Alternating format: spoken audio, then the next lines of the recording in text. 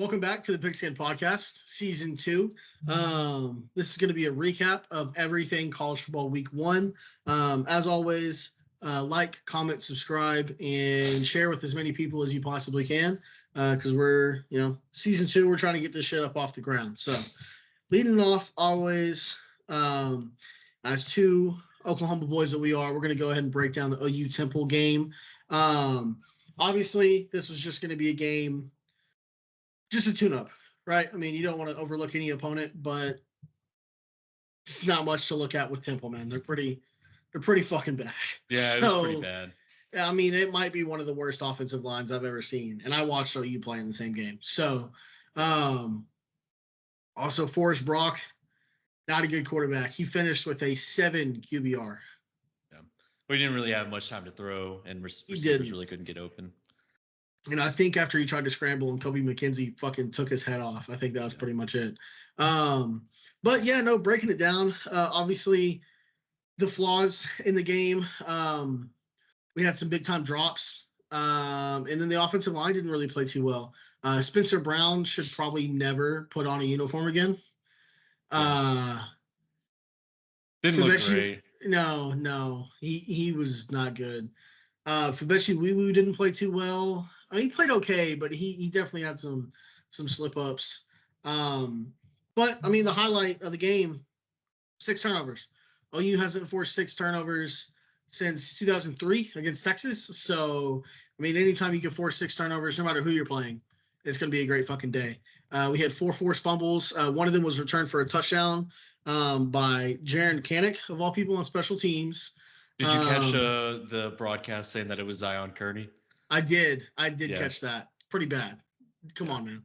I actually, so I don't know if you know this, but this year OU is streaming T-Row on YouTube, so you can listen to the radio call. So what I did is I listened to the radio call and muted my TV. So I just listened to T-Row and I timed it up well. So that'll be my preferred way of watching football this season.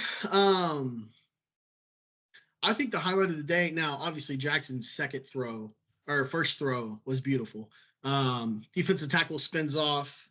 I think it was Garen Hatchett. No, it was so Hickman was helping Wee Woo on that side, and he came Garen Hatchett's way because they were kind of pulling to the right, and he spins off. Yeah, he was spinning off Garen Hatchett and Jackson. I'm sold. Just that throw was so. It was a fuckable ball, man. Dude, it was awesome. It's my shorts got a little bit shorter. It was weird. I don't know what happened, but unfortunately on that play, Jalil Farouk did re-break that foot. So that was kind of the bad part that came from it, but that ball was pretty, man. And then his touchdown throw was just as beautiful. I mean, he's rolling to his dominant side. Bauer Sharp's hitting the flat, and then they both just kind of make a decision together. Bauer kind of fades into the open spot and he just puts it right up over top of the backer. So Jackson looked great. I'm fucking sold, just like you said. 17 to 25, 4 touchdowns. I think the best ball he threw was the one that JJ Hester dropped. Yeah. Not the slant over the middle, but obviously the deep ball. I mean, that was another touchdown. Taylor Tatum might be the best running back on the team, dude. I thought Barnes looked good. Barnes did look good. Sam Franklin got the majority of his yards on one 30-yard carry where offensive line blocked it so bad that it almost seemed like the Temple DN that was supposed to crash was like surprised nobody was there to hit him. So he didn't make the play. But Taylor Tatum looked good, especially in space. Javonte Barnes looked good. Looked like the Javonte Barnes we thought we were going to get last year. But obviously running back is kind of one of those things. You got to get going. You got to get a rhythm and some momentum going. So I don't look too much into that. Obviously, also offensive line didn't play too well, but we still ran for 220 yards. So looks good. But like I said, it's all about this defense. Should have been 7 interceptions. Billy Bowman definitely caught that, and just due to the play, they should have gave it to him. I think the funniest moment of the game was Kendall Dolby tipping it back to Kanai, but not realizing that Kanai caught it and was freaking the fuck out.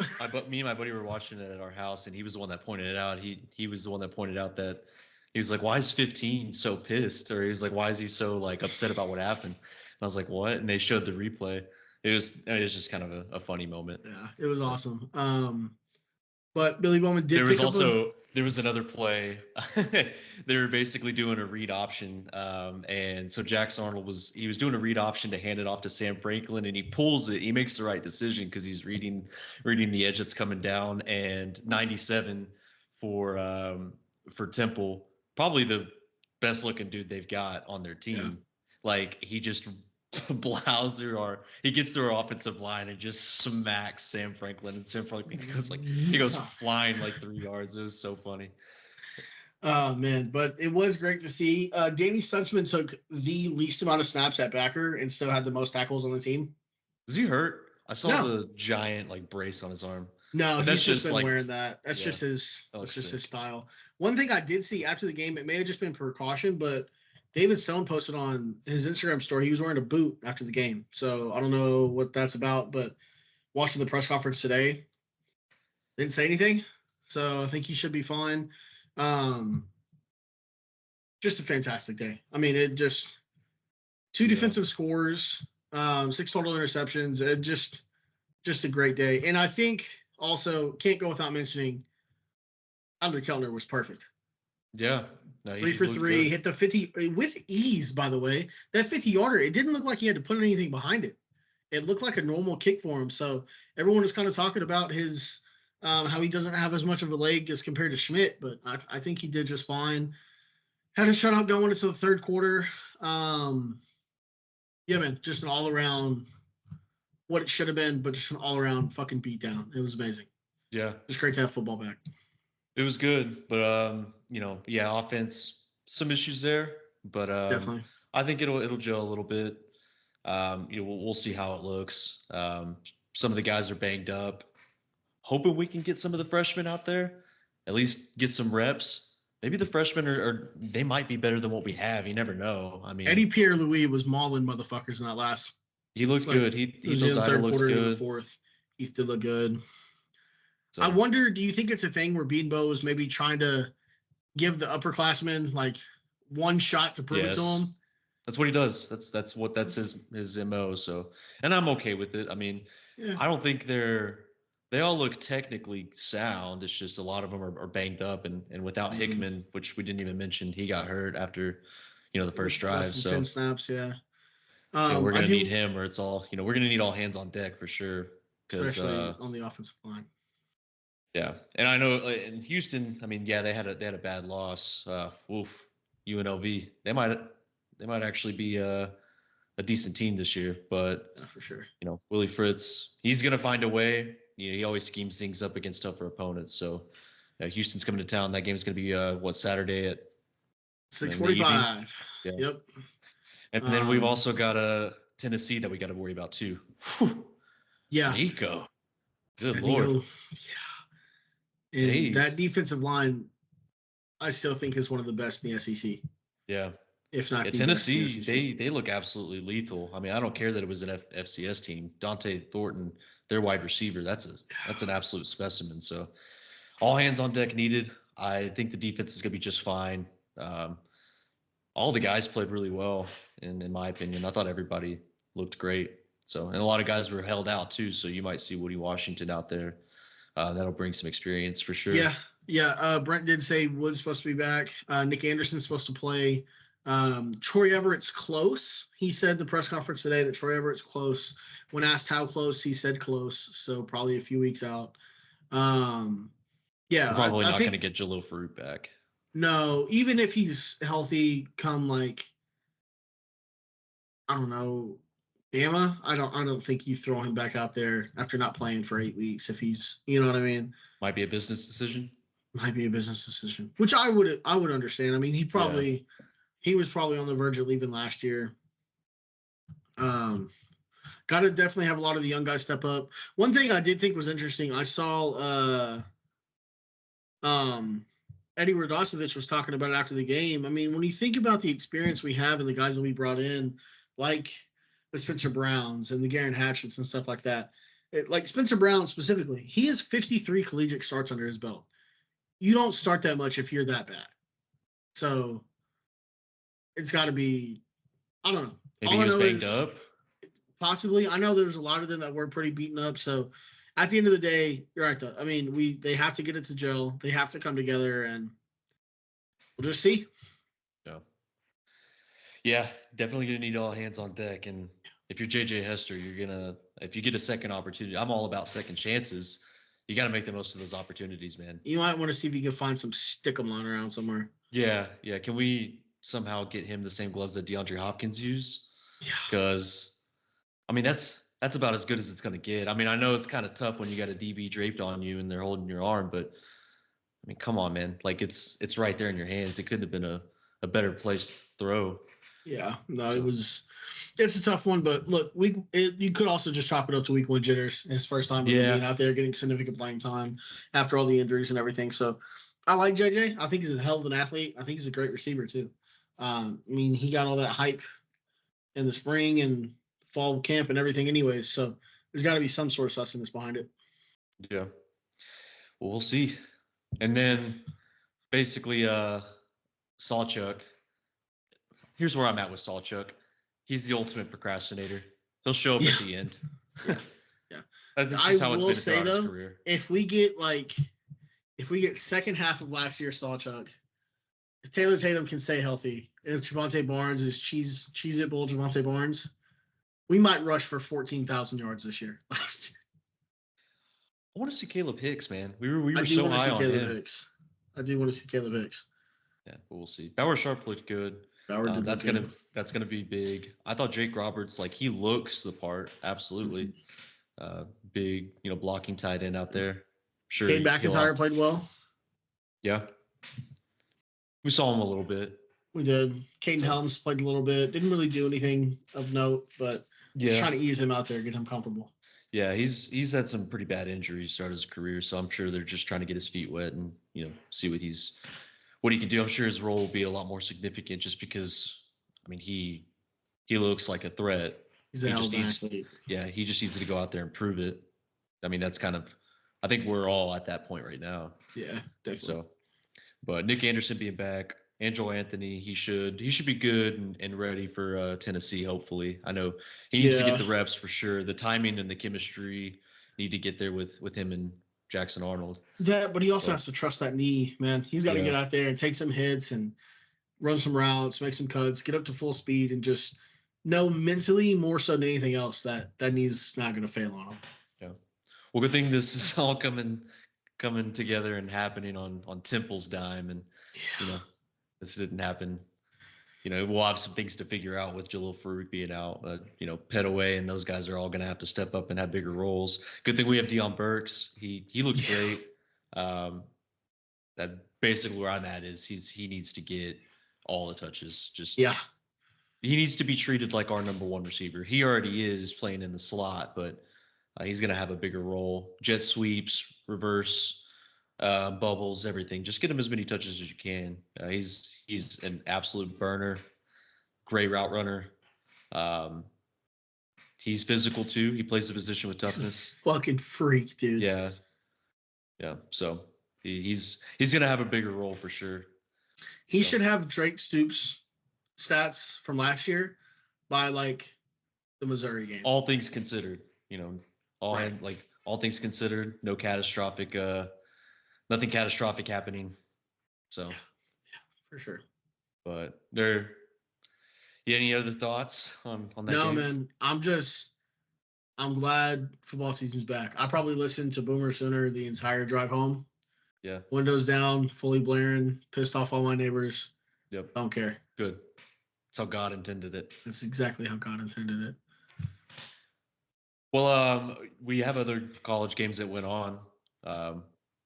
Clemson and Georgia. It looked pretty close at first. So Georgia 34, Clemson 3. Clemson's defense did about as much as they could in the first half, and then offense couldn't score. It's absolutely scary when a team of Georgia's caliber, Georgia as a team, when they need to lock in and they need to put the game away, that they can just flip the switch. It's scary. Yeah, it honestly is. And I thought Carson Beck looked good in that game. He turned it on at the end. He made some good decisions. Clemson, the same troubles and struggles that they had. It's basically, I mean, it's still there. Dabo Sweeney's refusal to use the transfer portal in order to better his team. Yeah. What do you think? Did you hear his comments talking about it? I mean, yes, I did. But again, like he's there to put his team in the best position to be a national. I mean, that's what the fans are expecting. If you're a Clemson fan, you expect to win a national title. I mean, you've won 2 of them, and you did it twice against the Nick Saban Bama team. So your expectations are high. I get it. Like with what he said about, hey, you should celebrate. I mean, in the past when he said you should celebrate, the fact that of all of our accomplishments. I mean, it's been a while since they've won one. It's been a while since they've been a contender. I mean, they also just haven't had just a game-changing quarterback either. What are you talking about, dude? They had DJ Uyunglele. Yeah. Yeah, he's doing great, right? Yeah. I mean, surely he's like just killing it wherever he is now. Certified ass. Anyways, yeah. Dabo probably after playing that game, if I was Clemson and if I was Dabo, I'd probably look around and be like, man, I could use some receivers out of the transfer portal. Yeah, they had too many white guys with shitty looking shoulder pads on out there trying to catch footballs. Did you see Roddy White's tweet? Yeah. he's like there's too many white guys out there that are running around. That reminds me of the Air Force coach way back in the day when they were asking him, what do we need to do in order to get this team more competitive? And he said, we need to recruit more black guys because those are better athletes. Oh, shit. Oh, man. But yeah, no, I mean, look, you saw Georgia and like what they were able to do. Colby Young, transfer from Miami. Yeah. Humphreys, transfer from Vanderbilt. I mean, he plugged holes that he needed to plug. That guy's basically just another Ladd McConkey, by the way. Humphreys, that 40-yard. That was, but yeah, that's what they did. And I mean, that's what Georgia's able to do to you whenever they need to. I mean, they can just flip a switch. Hey, let's put this game away. It's not even going to be close. But yeah, and then they didn't even have all their guys out there. I know, like Trevor their running backs was suspended for a game. Yeah, their running backs that were gashing Clemson were like freshmen. Yeah, Frazier. Yeah. Yeah, he was a true freshman. I don't know how much of that game you watched. I didn't watch a whole lot of it, but because I was focused on Penn State, West Virginia, and then fucking Kent State, Pitt. But West Virginia. Yeah. Did it ever feel like, if you were a Georgia fan watching that game, would you have ever sweated at all? In the first quarter. You think so? I think I would have been like, just because of the offense. I mean, the offense wasn't able to get going. Again, new receivers are out there, so and then Delp, their new tight end. Just you've got to build that on the field, like in-game chemistry. There's a difference between that, in training camp and all that stuff. You can define timing with the receivers based on what they like, how they run, like when do they, if they're going to run like an in route, when do they usually, how many yards until they cut the in route? You find and you do anticipation, but when you're actually on the field, it just takes about a few quarters. But I think it was very apparent after the second quarter when Clemson wasn't able to score a touchdown when they got into the red zone. I don't know, 2 or 3 times. It's like, this quarterback can't get it done. Yeah. And I thought I thought he looked like good at times. Like he gave his receivers chances when they weren't open. Their tight end had like one of the best one-handed catches that I had seen. So, it was nasty. It was sick. But that's him giving guys chances. But other than that, they're missing Bo Collins. I can tell you that. So, they need to figure out their receiver position. I think they'll still win games. I mean, they're still a good enough team. Their defense is good enough. Well, they're going to beat Florida State. That's for fucking sure. Yeah, their defense is definitely good enough to beat Florida State. But we'll see. It's a long season. But, Georgia, that's what they do. They're like a boa constrictor. Yeah. They just wrap you around the neck and then just slowly. It's scary. Yeah, I know it is. I want to talk on this real quick. Penn State West Virginia game was never really felt close, right? I mean, it kind of was the first quarter, but Penn State really just took off in the second. Boy, those first couple drives by both teams were interesting, huh? Yeah, no, it was bad. It was bad. Receiver Wallace, man, he looked fucking fantastic. Drew Waller was zipping the ball around. His footwork looked a lot better. Nick Singleton looked good. He made some incredible throws in that game. Now, of course, the refs were terrible in that game, and yeah, it was bad. Just like if you're gonna make a bad call, so the West Virginia when they gave them the first down when it clearly wasn't a first down, yeah, and they tried to do a makeup for it when Drew Waller with less than 30 seconds to go before halftime, he throws that deep ball and it was a clear OPI. Like you don't have to do a makeup call. Just like be consistent, you know. Did you see the Andy Kotelnicki Ted Lasso reference though? No, I didn't. So he was up there and they were asking him about his offense. And he was like, I like to compare my offense to like a blizzard from Dairy Queen. He's like, it's really complex, it looks really messy. You don't really know what's going on. But at its core, it's just some vanilla ice cream and some candy, man. It's real simple. Okay, Andy. Yeah. I thought it was he tried. Hilarious. He did try. He got the point across. I mean, you understand what he meant. So, yeah. Penn State looked good, man. I still think I don't think they beat Ohio State. After the Michigan team we saw on the field Saturday, I think they beat Michigan. I mean, if Drew Aller can look like I said, he had a throw on an out route that, he just zipped it. It was like closer to the camera angle. Mm-hmm. I can't remember exactly when it was, but he did make a throw on an out route that, good God, you can't throw a better ball than that. That's what Penn State fans were expecting Drew Aller to be. Well, that's what NFL scouts were kept saying though. Like if you look back at last year, all the college guys are like, I don't know if he can get it done. I haven't seen it from him, but all the NFL guys are like, all right, let's hold on a fucking moment now. Like he's got all the tools. It just needs to come together. And I think Andy Kotelnicki is the perfect person to bring it all together. I really think his offense is so suited, and I think he's a great quarterback developer too. He definitely needs him to be more mobile though. They're gonna have 100%. He's gonna have to get especially once they get into bigger games. Yeah. Yeah, he's gonna have to get his jersey dirty. That's what Andy Kotelnicki likes, is a guy that can run, like a quarterback that can run and throw and do it all. So Jason Bean. Yeah. Jason Bean. Yeah. The legend of Jason Bean. Dude, I think he made the Colts roster, didn't he? I think so. Fucking insane. He's like third, but closer to actually, I don't know. I'll need to look at that. I'm rooting for him. I hated playing against him at OU, but fuck, he was electric, dude. He was fun to watch. All right. What are the games we have from the weekend? Well, going back to that West Virginia game, we still believe in West Virginia, don't we? Like that was Penn State was just too good of a team, right?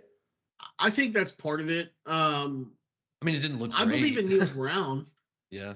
It's got to be frustrating for him, though. That's just frustrating. All the hype that surrounds Garrett Green and going into that, and it didn't look great. Penn State has a really, really talented team, so especially on defense, they are stacked on defense, man. Yeah. But it wasn't like Georgia and Clemson, just getting whooped rooter tutor, but yeah, fucking, it's close. Wasn't great. No, it wasn't. But Penn State, watch out for Penn State. I certainly agree. I don't remember if we got to this game or not. I don't think we talked about it last week. I think we were a day early. You watched Colorado and North Dakota State, right? Yeah. Did you lose your fucking mind at all the pass interference calls they didn't call? I did.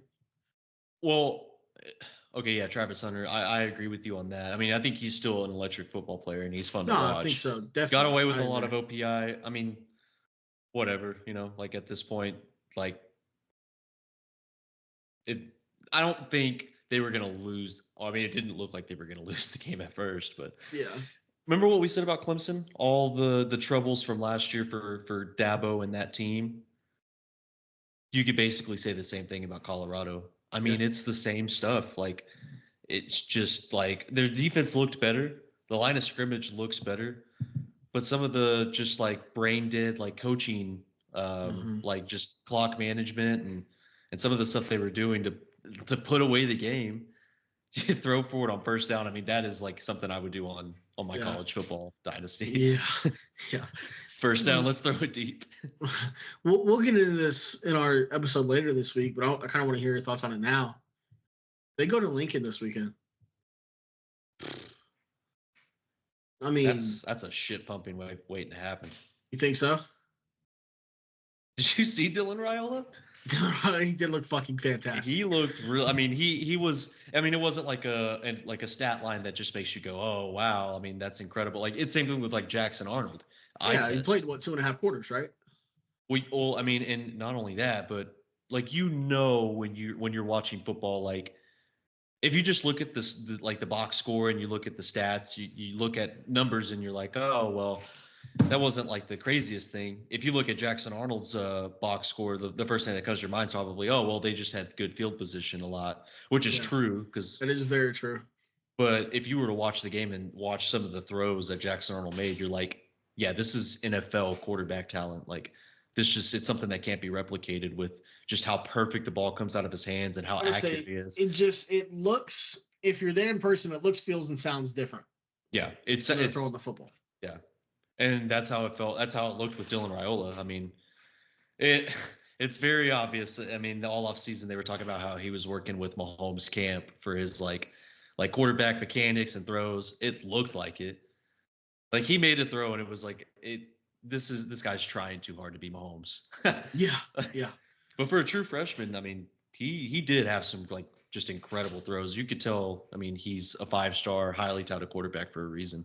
It's going to be really terrifying if Nebraska can keep putting a team together and then it clicks like up here. He looked good. I mean, the whole team, the defense looked good too. Their defense. Well, their defense was fantastic last year. Yeah. Well, they only got better. I wouldn't say fantastic, but it was up there. I mean, I think they're going to be really, really good this year. They were brought down by the fact that whatever their quarterback's name was last year, I forget, couldn't complete a ball more than 5 yards downfield. Yeah. And if he did, it went to the other fucking team. So I'll tell you that. I'm sure you watched some of the games Jeff Sims this week. Yeah.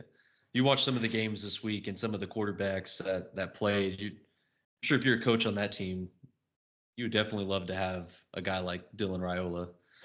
Even though he's a true freshman, there was a reason he started.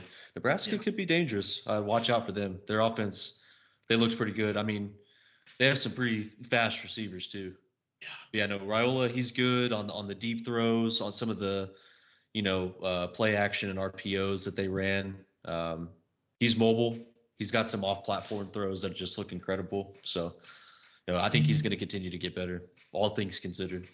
I agree. But you're right. I think that could be a shit pumping unless Shedeur Sanders is perfect, which I thought Shedeur looked really good in this game.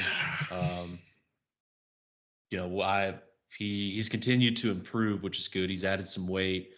He's going to be an NFL prospect this year, so he needed to add the weight. But he looks better. And I agree. That connection with Travis Hunter is going to be very important in this game. So, do you think? I saw a lot of people talking about it online. And last question on this game, we can move on. Is he a receiver or a corner at the next level? Who knows? I mean, the guy plays 200 snaps a game. Yeah. I think he's more dangerous at receiver than he is at corner, obviously. Yeah. I guess it just depends on the team that drafts him. That's it. It's going to be all dependent on the team that drafts him. What are they going to want out of him? Are they going to want him to be a receiver? Watch him go to Atlanta. Yeah.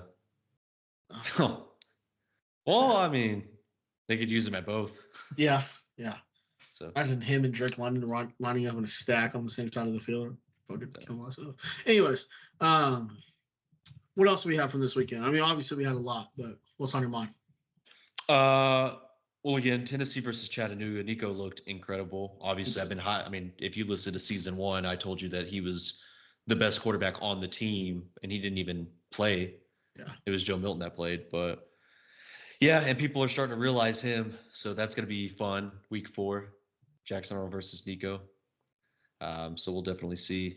Another game that we should definitely talk about: Miami versus Florida in the swamp.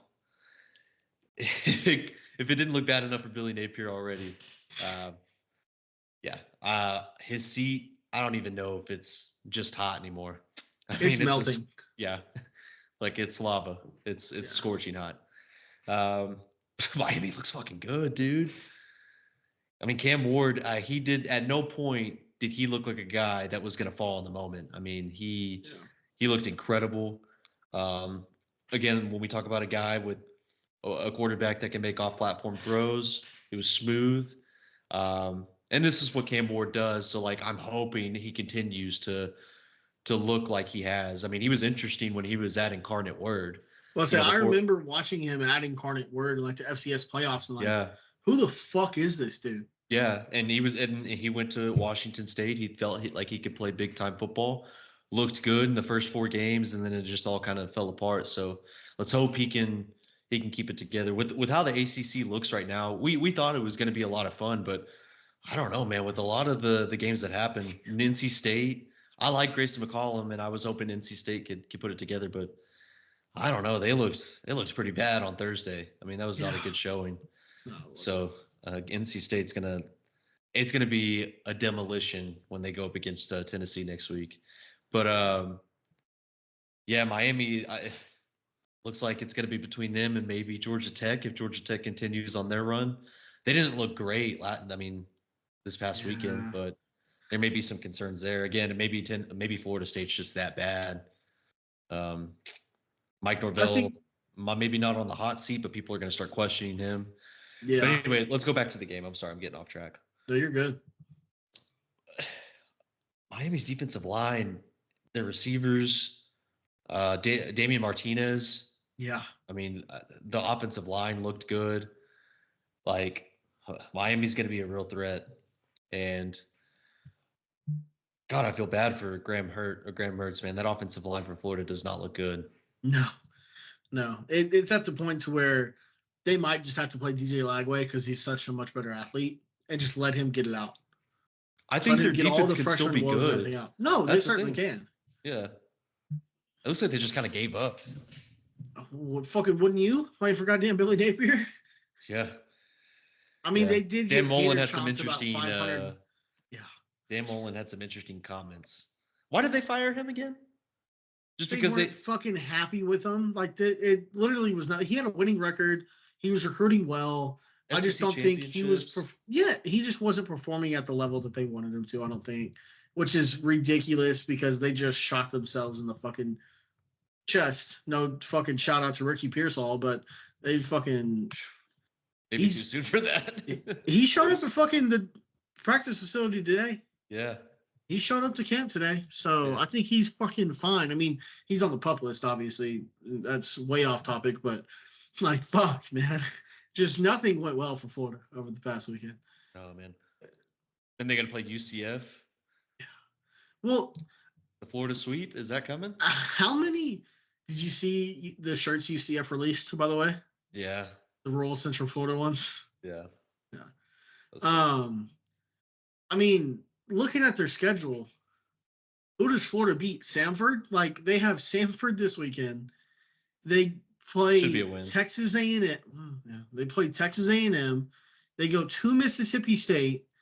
Then they got UCF at Tennessee, Kentucky, neutral site against Georgia, at Texas, LSU, Ole Miss, and then maybe they beat Florida State at the end of the year. Like, could that be a 1-10 and 2-9 fucking face-off between Florida and Florida State?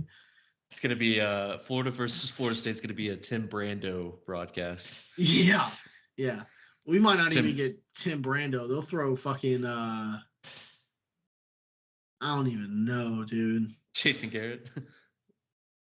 No, I was gonna say Tim Brando broadcast. Tim Brando's back, by the way. The Wisconsin game. Yeah. Just all the calls that he missed or that he was messing up on. It's just funny. I like listening to just all the bad it is. He had the Montana State New Mexico game too, by the way, in week 0. Yeah. It was not good. I'll tell you that right now. It was not good. No. Yeah. Brando special. That's hilarious. Yeah. Florida's bad, dude. Yeah. It's exactly what I expected. And Billy Napier, I think it's going to depend on how they.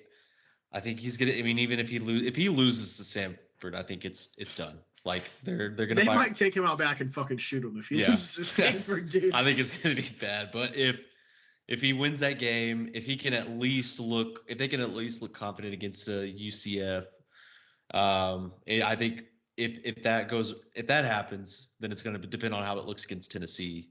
If Tennessee is anything like we think that they're going to be, I think he's done. You're gonna take him out to the pasture and take him out to the swamp and they're just gonna throw him into the fucking swamp with the Gators, dude. So, but watch out for Miami. Yeah, Miami is my lock to win the ACC at this point. Yeah, it seems over with. Long season, we'll see. Yeah, very long season. Then want to go ahead and roll back into this one. We're gonna kind of pop around from conference to conference, game to game, just because I think this one's interesting right now. I want to run a box score by you real quick. And I want you to tell me how many points you think this team scored, okay? Okay. I'm not even going to give you the name of the player. So 41 of 49, 380 passing yards, 2 touchdowns, no interceptions. How many points do you think they score? Whew. Were they going up against a stacked team, or was it a FCS? It was an FBS drop down. We'll put it that way. Let's put it this way. They were in the NCAA 14 game. Okay. At launch. I'm going to guess that this team scored at least 28 to 31 points. You think so?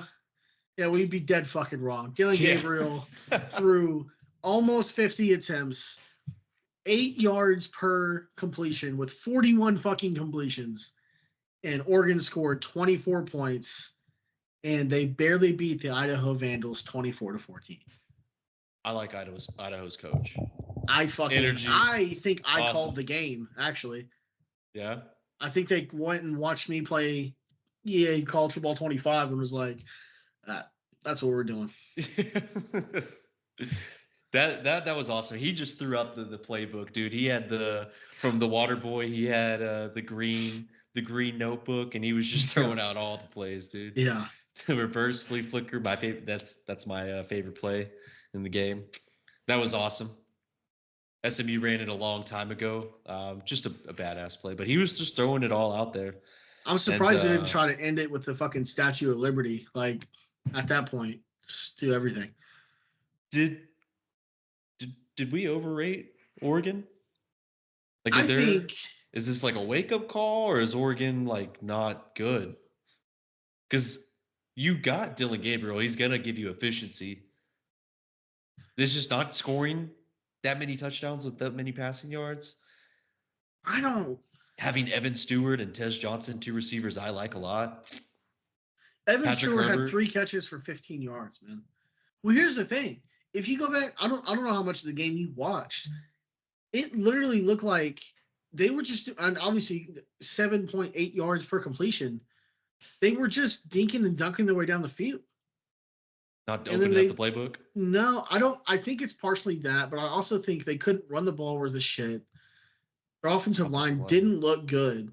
Idaho's defensive line played well. And Dylan Gabriel's not going to – it's part of the reason – ran out of talent's not the right word. This is part of the reason that OU wanted to move on and let Jackson take the reins. Not only A, to see what they had, but B, Dylan Gabriel, someone put it on Twitter perfectly. He's a point guard, right?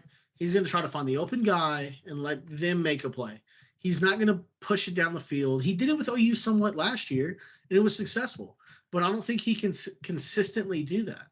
And this was the game for them to try it out, and they just didn't give it any run.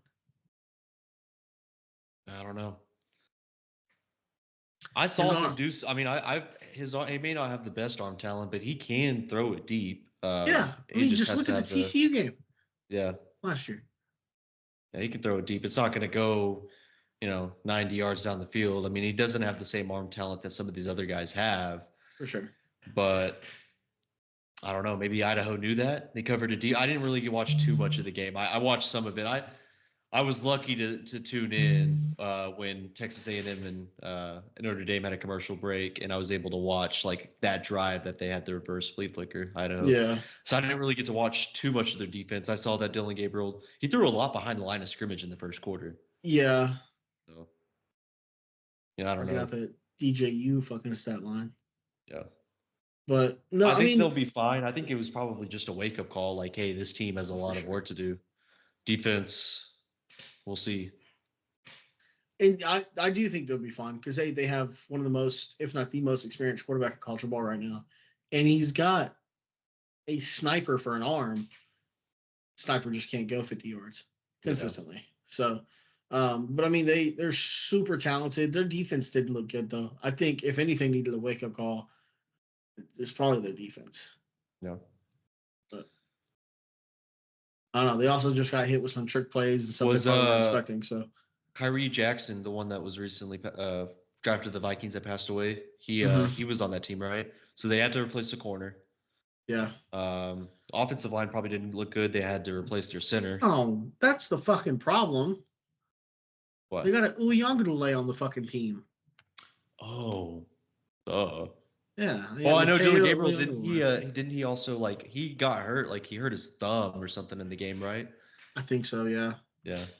I don't know if that was affecting it, but sometimes that when it's his throwing, it's also his throwing hand too. But you're right, the running game it was pretty non-existent. Yeah.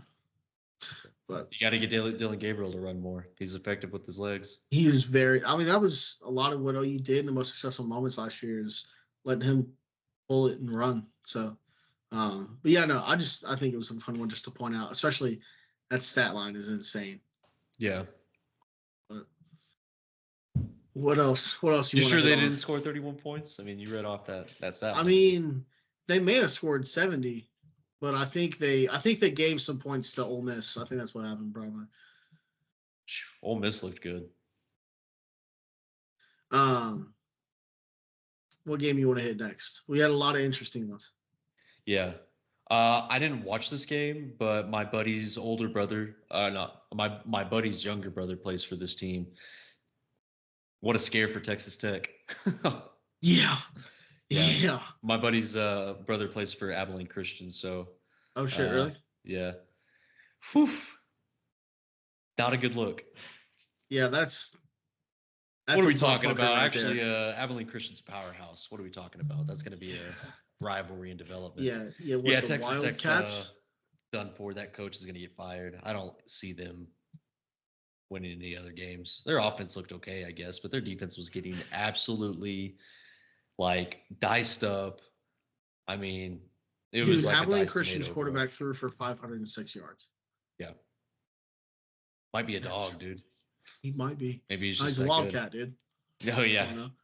I didn't really watch that game. South Carolina. I just have one thing to say. It makes me really sad because I like the guy, but I think it's over for Shane Beamer. Yeah, I didn't watch it either, but I don't know that. Old Dominion's put some teams in some moments where they've had to come away. I mean that's called hanging on by a pube. What they do. Yeah.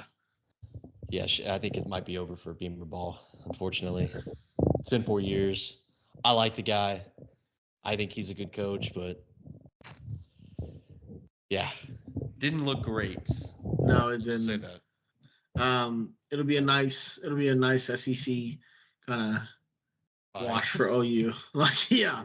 It's like what playing Vanderbilt used to be. Speaking of which, Diego Pavia. That's my guy. That game was fucking nuts, dude. Tried to tell y'all about my guy, Diego Pavia, last season at New Mexico State. Yeah, I started seeing some crazy, like, ACC maybe champions. I saw a lot of hype surrounding of Virginia Tech towards, like, the beginning of college football. People were saying this is going to be a 10-win team. I didn't know they returned 20 starters. I saw that on the broadcast when I was watching the game. Mm-hmm. Yeah, I was never high on Virginia Tech because I also didn't know they were returning that many starters. And I didn't realize that they were going to have a Heisman hopeful in Kyron Jones. Yeah. Yeah, Virginia Tech is still Virginia Tech. So yeah. And Vanderbilt, props to them for being able to. I mean, they weren't favored going into this game. They were underdogs at home, and they went in there and they fought. Had some stuff happen in the game that just kind of makes you laugh. The punt that was supposed to be just a pooch punt to pin them deep goes 8 yards into the end zone. Yeah. Virginia Tech, they one up them with the guy. Both guys wearing the same number. That's It's a Come on, week one game. That's for fucking sure. It was definitely a week one game. But Vanderbilt,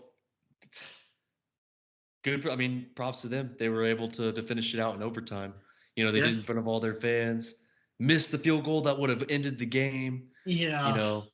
But yeah. Did you see? I got one. I got something that I want to ask. When the fuck is Vanderbilt going to finish their stadium? It feels like they've had the construction site for like the past 10 years. I know it hasn't been that long, but just fix the stadium already. Well, they might now. They got they're gonna have money pumping in. Yeah. Beating fucking an ACC hopeful in Virginia Tech.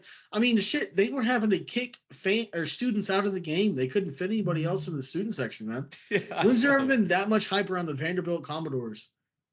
Diego Pavia. Not in a college football video game. Yeah. Pavia. The dude was calling him. No, it's Pavia. That sounds way better. Dude, I didn't realize he went to Vanderbilt. I think I texted you during the game, and I was like, when the fuck did he get to Vanderbilt? I didn't know either. I thought he was still at New Mexico. Oh, no. I remember he transferred because we were talking about it when we were going over our transfer portal stuff. Oh, no. I've slept and drank obscene amounts of alcohol since then. So, yeah, big fan of his though. Yeah, I'm definitely gonna keep my eyes on him. Yeah, he's a fun dude to watch. Yeah, go Vandy. Powerhouse. Did you see that crazy ass play the North Dakota punter made? No. So he snapped the ball, he fumbled the snap, and then he's scrambling for the ball, turns around, picks it up, and just boots it, and then gets a 40-something yard punt and drops him at the 3. Oh yeah, okay, never mind. I didn't see that. Yeah, that shit was crazy. I just came across it. We don't need to get in the game. I just came across it and I forgot. No, I thought that was fantastic. Yeah. Did you see the punt that happened in the game last night? Bad snap, picks it up, punts it. It just goes 10 yards. It was already out of bounds by the time it left his foot. Oh, dude, it's so funny.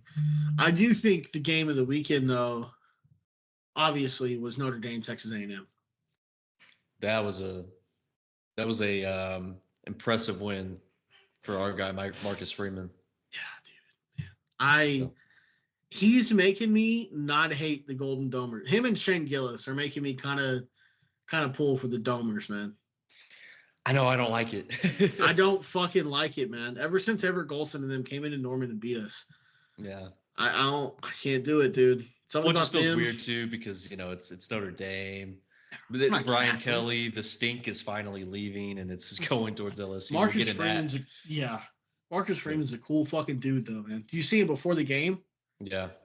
I saw everything post game, his interviews. I mean, he's a good recruiter. He's a talent developer. That defense has some dudes on it, man. They had some people in their secondary where if you watched OU play Temple, you saw some of the guys out there for OU like Michael Boganowski and some of those big. Yeah, they got Oklahoma has some big dudes in their secondary, like Kenai Walker and all them. I turned on the Texas A&M Notre Dame game.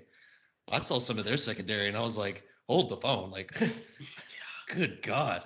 Yeah, they got some big fucking secondary players, dude. They got some thick, solid ass fucking linebackers too. Do you see them? Dude. I was going back and I was watching some clips from the game, man.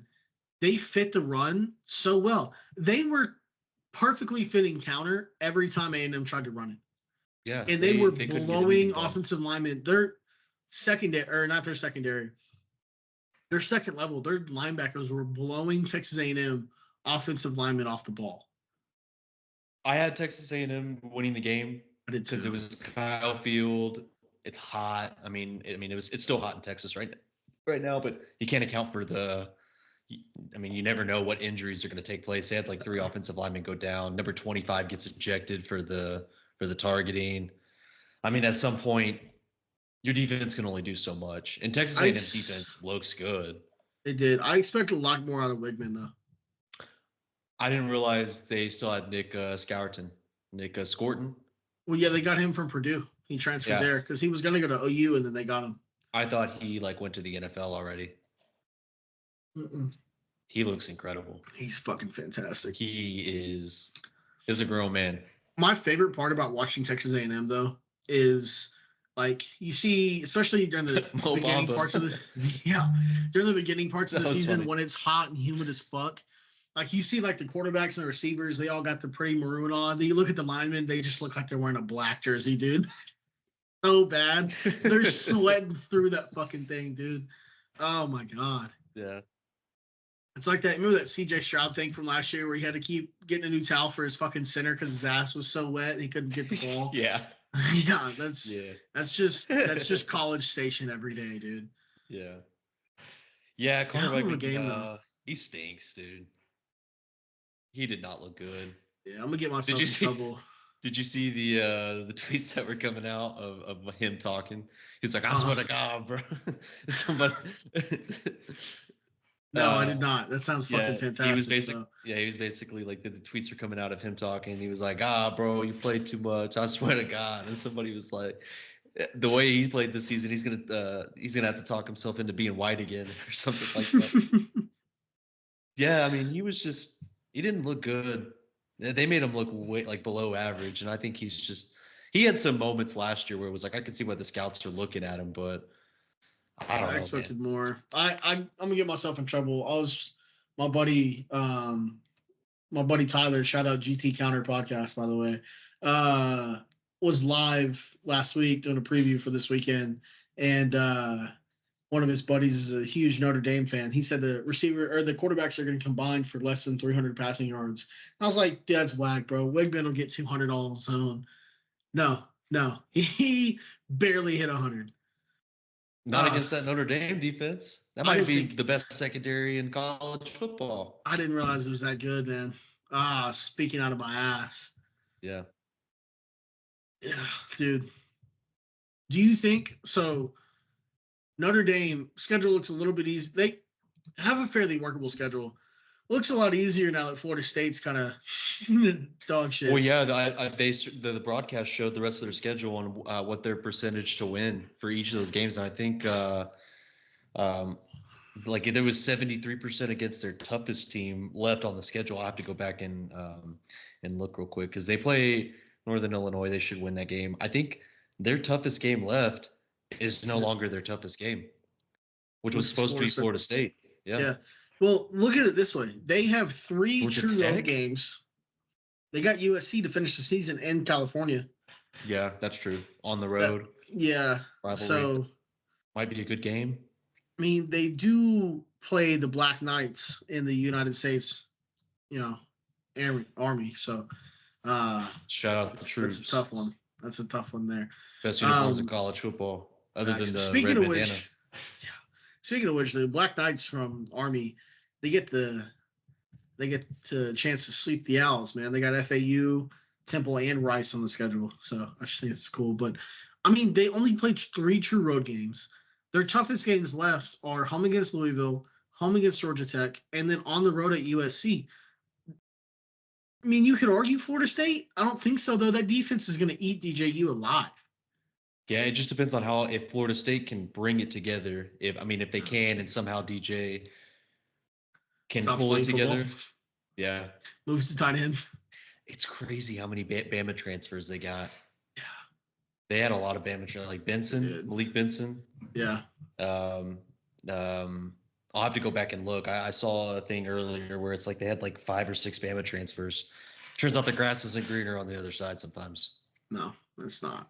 So I got questions about Mike Norvell because, I mean, I think he's a good coach. He had Memphis looking really good for a while, but yeah, he had the Tigers rolling. Florida State, they're just you never know. They're like a one and done all the time. What do you expect from Texas A&M this year? I mean, obviously we had the bad start. Their defense, I think, is going to be fantastic, but they don't really get tested again until they play Missouri in October. For all the shit that I hear from Texas A&M fans about how much NIL on the money that they have and how they can recruit anybody in the country, You're in Texas. You're like in the heart of Texas. You can recruit a quarterback. You should be able to. I mean, I don't think they've had a game-changing quarterback since Johnny Manziel. No, they haven't. They had Kyler. They absolutely malpracticed. When Cliff Kingsbury left, yeah, that was a big blow to them. But I mean, they had Kyler. They just couldn't use him. They didn't know how to. Oklahoma sure knew how to use him. Turned him into a Heisman. Yeah. Well, yeah. Half that's Lincoln Riley, though, as much as I hate to admit it.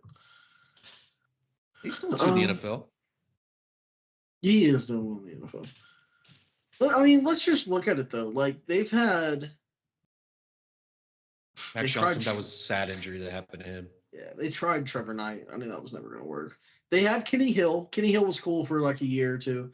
Kenny Trill, remember that? Remember the Kenny Trill era, bro? TCU legend. Oh, man. They had Kyle Allen.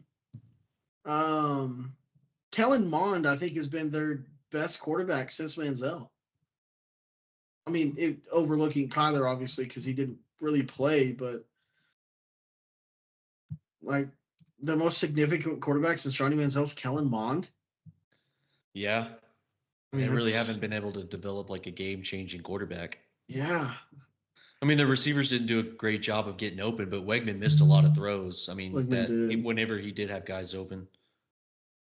So I don't know what that 6-foot gigantic monster of a receiver that Texas A&M had. I think Noah Webster was his name. He was open a couple of times.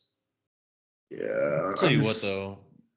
Like, Notre Dame, with that backfield, and them being able to get the run going, especially with Riley Leonard and some of those guys like Price and Love, the running backs, and having Bo Collins, like that offense can be a lot better than what we think. And they have a true freshman starting at left tackle.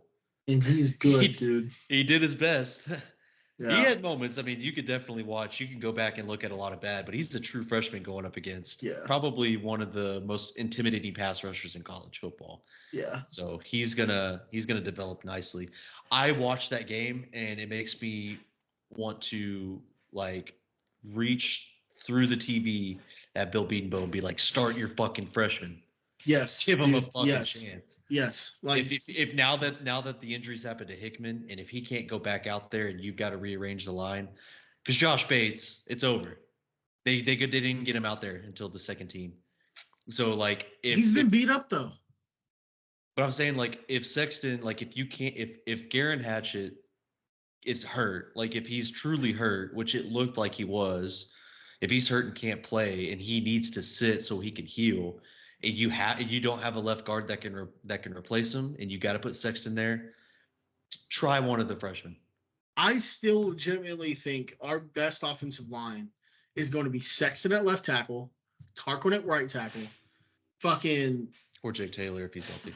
Well, yeah, Jake Taylor when healthy.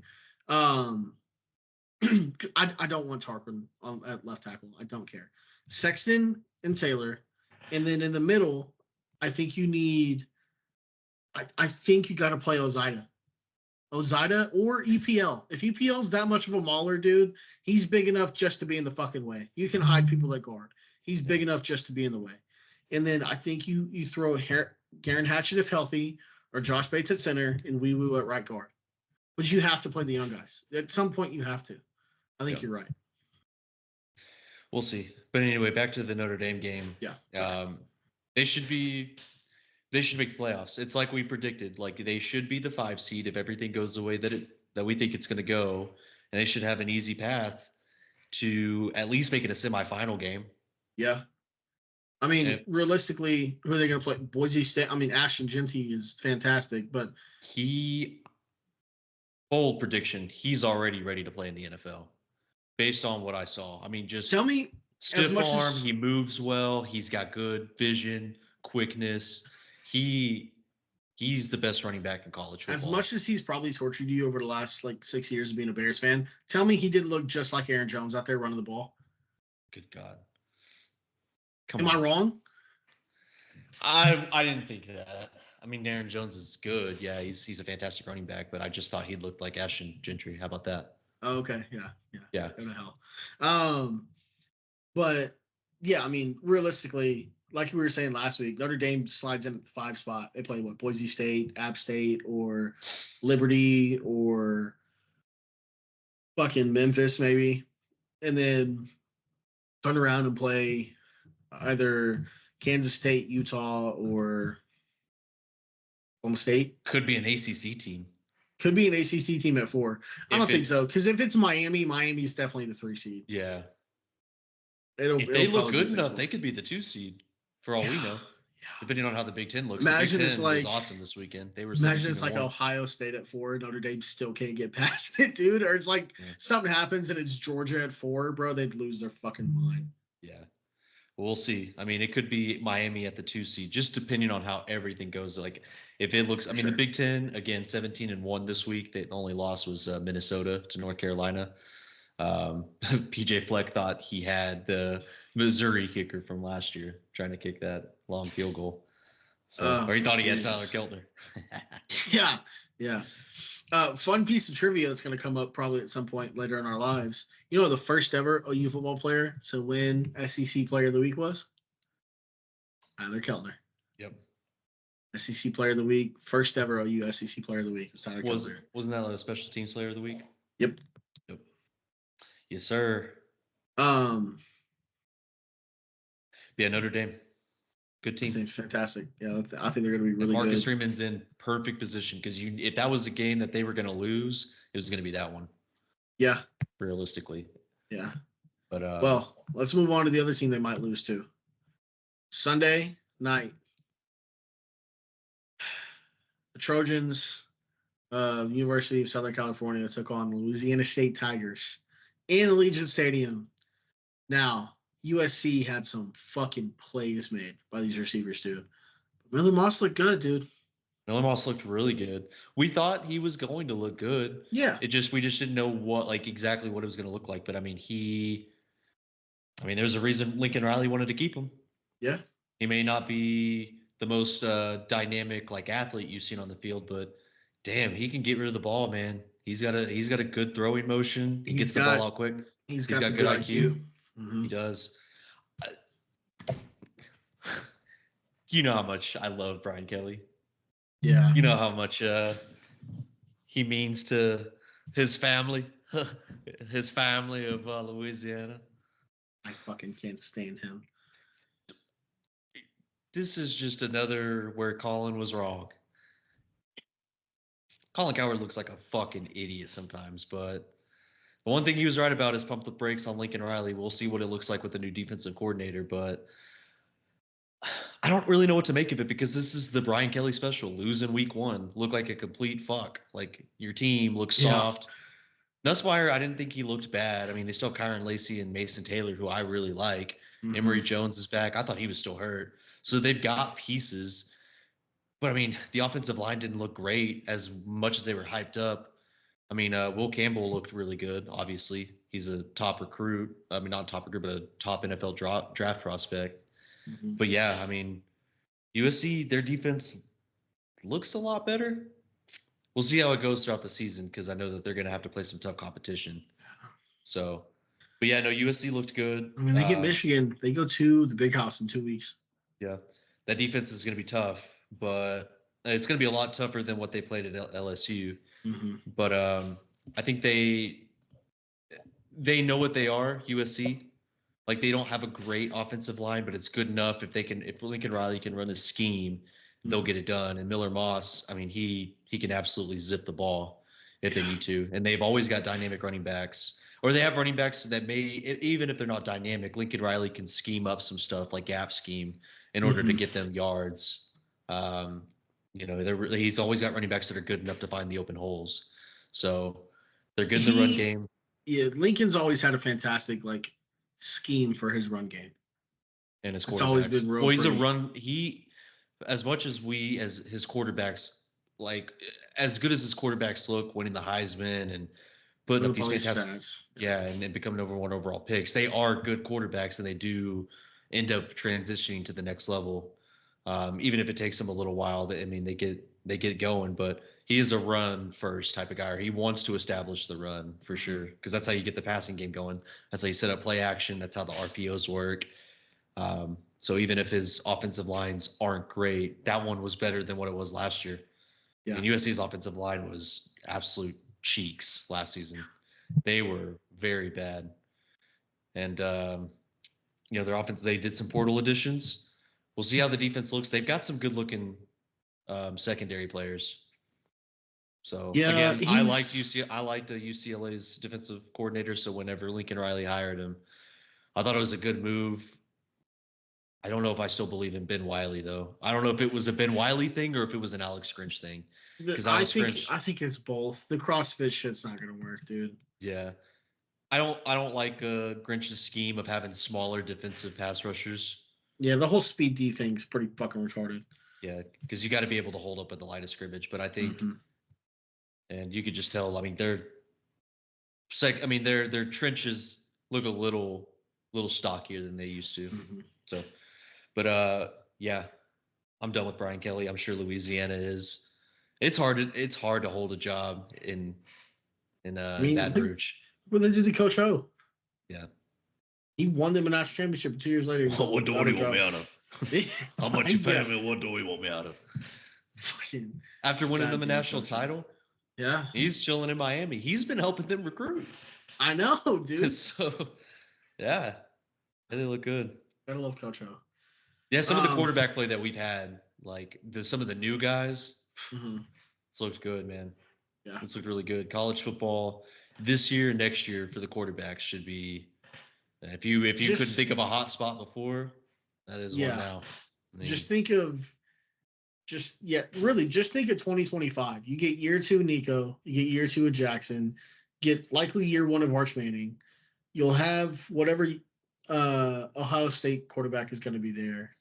You'll have probably year 2 of Alex Orji if he gets to play, gets to start. He did not look good. He did not. Michigan's offense looked like dog shit, dude. It was really bad. If you're an Ohio State fan, you're jumping for fucking joy. Yeah. Yeah.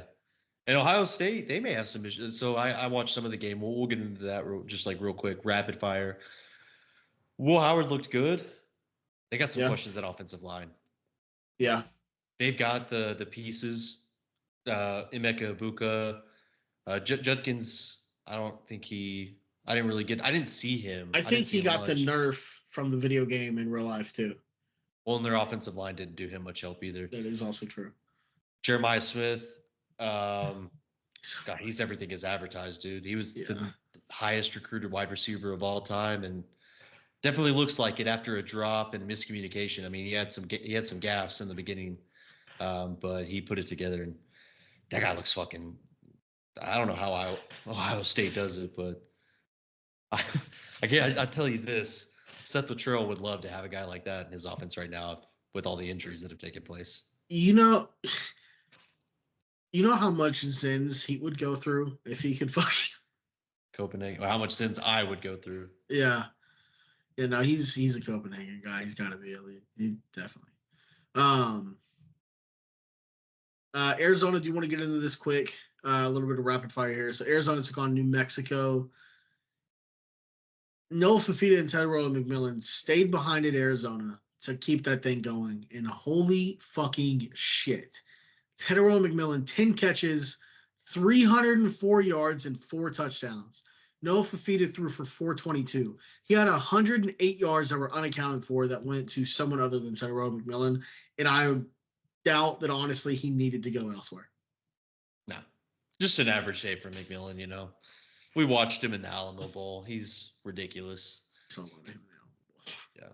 He's fantastic. Arizona picking up right where they left off with Jedfish going to Washington. So Washington as well. Jedfish, first game there. Will Howard threw for over 300, I want to say. Will Rogers. The airport out here in Oklahoma City threw for over 300 fucking yards. Yep. Oh, no, 250. He threw for 250, but Washington had 35 points. He didn't play the whole game. So, yeah, I mean, it's just a really, really fun weekend of college football. We got one last game to hit here, and it was last night. It was the nightcap, Labor Day. I think we both honestly kind of spoke it into existence last week. Florida State welcomes in Boston College. They're shaking off the shit pumping that was a 3-point loss to Georgia Tech in Dublin. Are they still jet lagged? Is that what we're going with, or are they just flat out dog shit? First of all, what was wrong with the time, like the play clock and like the game clock?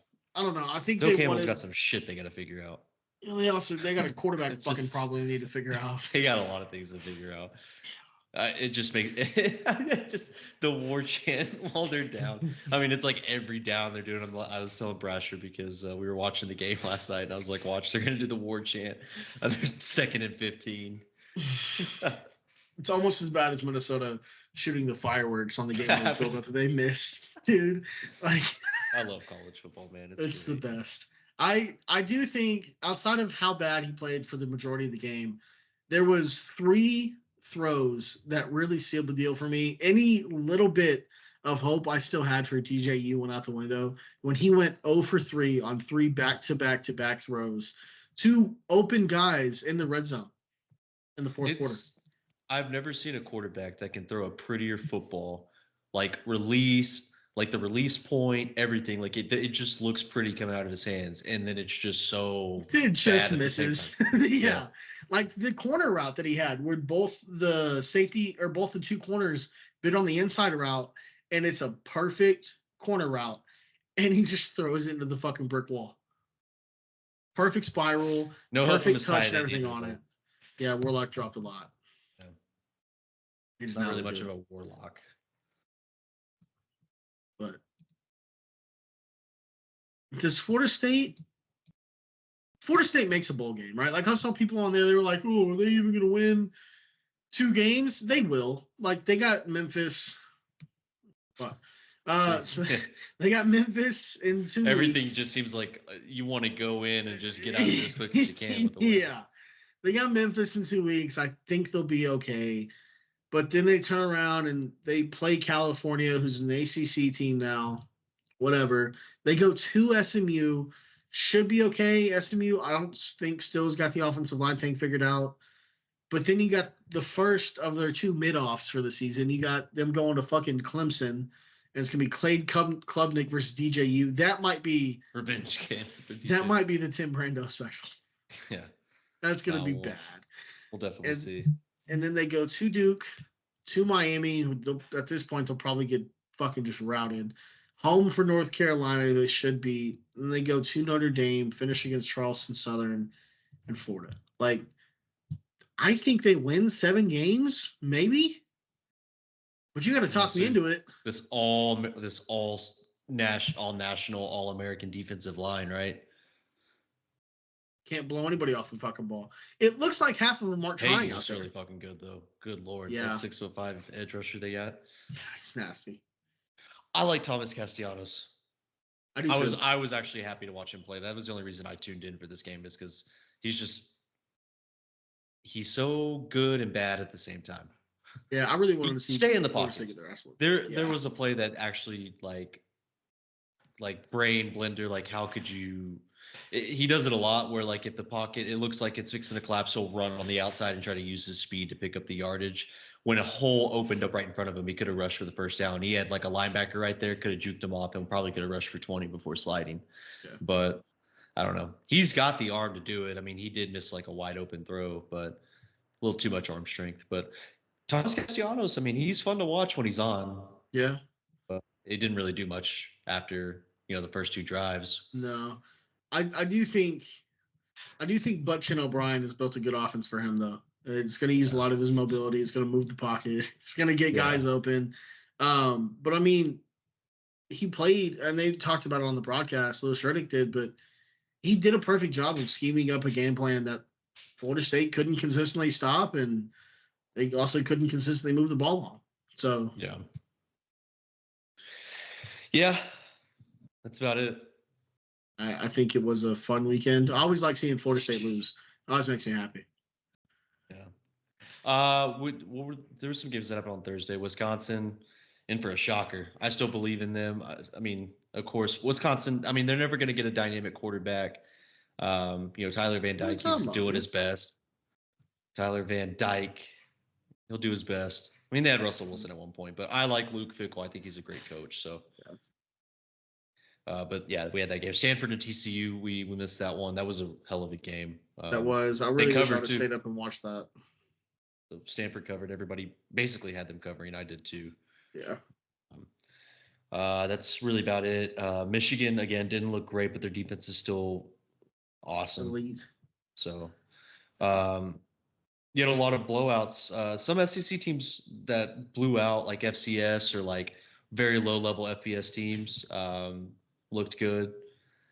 Yeah, I mean, Alabama destroyed Western Kentucky, which everyone saw coming. We had a lot of freshman wide receivers play. Ryan Williams is 17. Two catches, 2 touchdowns, 139 yards. That kid looks like he's ready to play in the NFL now. I mean, how about this? Iowa scored 40 fucking points. Now, it took Illinois State for them to do it, but Cade McNamara, 251 and 3 touchdowns, no picks, man. Iowa might have an offense. Watch out. Yeah. We'll see. Yeah. Texas, Quinn Ewers looked good. Again, I think Arch Manning looked better, though, when he was out there. Yeah. Couldn't imagine my quarterback throwing an interception in the season opener, though. Yeah. Couldn't be me. He had that no-look pass. And still, like, whenever Arch was out there, I was like, they're starting the wrong quarterback. Oh, yeah, 100%. Did you see the Dr. Thank God Pepper? they're not going to play him. Yeah, God, I know. Did you, at least until next year, did you see the Quinn Ewers Dr. Pepper ad? Yeah. I want to back up. Malik Murphy last year. You can't stay healthy, bro. Malik Murphy played his fucking ass off at Duke, by the way. Duke 291 and 2 touchdowns. Yeah. He looked good, but the rest of the team, I mean, they got some things that they got to figure out. But yeah, the Quinn Ewers hype is definitely going to be up there. But we had Ryan Wingo play too. He's a freshman. He looks really fucking good, and that's scary.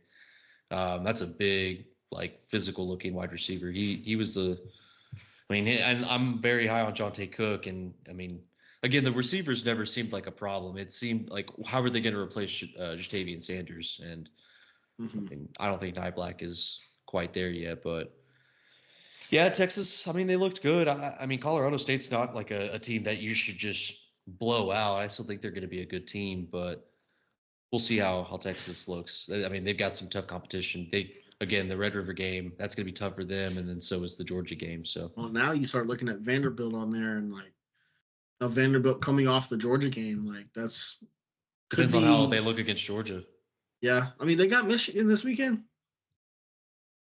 I think they all signs point. Yeah, all signs point to them winning, unless their offense miraculously can get it going. I mean, Donovan Edwards has to rush for more than 1.9 yard a carry. Yeah, he's been playing too much NCAA, man. Yeah. So, yeah, we'll see how that looks. All I know is there's no better feeling. You don't know this anymore. You don't socialize with people. You don't go into an office, work from home like a little rat. But some of us actually have to live in the real world and get to go into work and talk ball with the boys. So, and I say boys, Johnny between naps. I get to talk football with Johnny between naps. So shout out Johnny. But no, man, it's fantastic for football to be back, for us to be able to go over an hour and a half and only have talked college ball and not even gone full-fledged into really anything outside of a couple games. It's great to be back, man, and I'm super excited. I can't wait for this weekend. Over exaggerations are the best, man. They're the best. That's what makes football special. It's the best part, especially week 1 in college football. Overreaction Monday, or I guess Tuesday, is pretty great. But I forgot Auburn scored 73. Jesus Christ. Yeah, and Arkansas looked really good too. They did. Don't want to give us the powerhouse of Arkansas Pine. Yeah. But yeah, no, I think we're gonna go ahead and get out of here. We will have a second episode up later this week, breaking down week 1 or previewing week 1 of NFL football, and then week 2 of college ball. I think week 2 is a little bit of a weaker schedule. Obviously, we have Michigan and Texas is kind of like the biggest game of the weekend. Well, don't forget, dude, we got Georgia versus Tennessee Tech. Yeah. We do have Oklahoma State and Arkansas, Kansas State and Tulane, Syracuse and Georgia Tech. So there's some games on the schedule to watch. Ooh, Baylor, Utah, Iowa State. Tough rivalry between Alabama and South Florida. The stink of what happened last year. Yeah. Imagine they come out and like have the exact same game. Yeah. The guy that played lacrosse at Notre Dame. Yeah. They should just run Saban out there to play quarterback for the first half at this point. What'd you think of Nick Saban on game day? I think he's fantastic. Yeah. I like when you get guys like that, though, that understand the game at such a different fundamental level than anybody else. Like, listen to Bill Belichick talk about football and listen to Saban talk about ball. Like, it, I feel like I can always learn something. You know what I mean?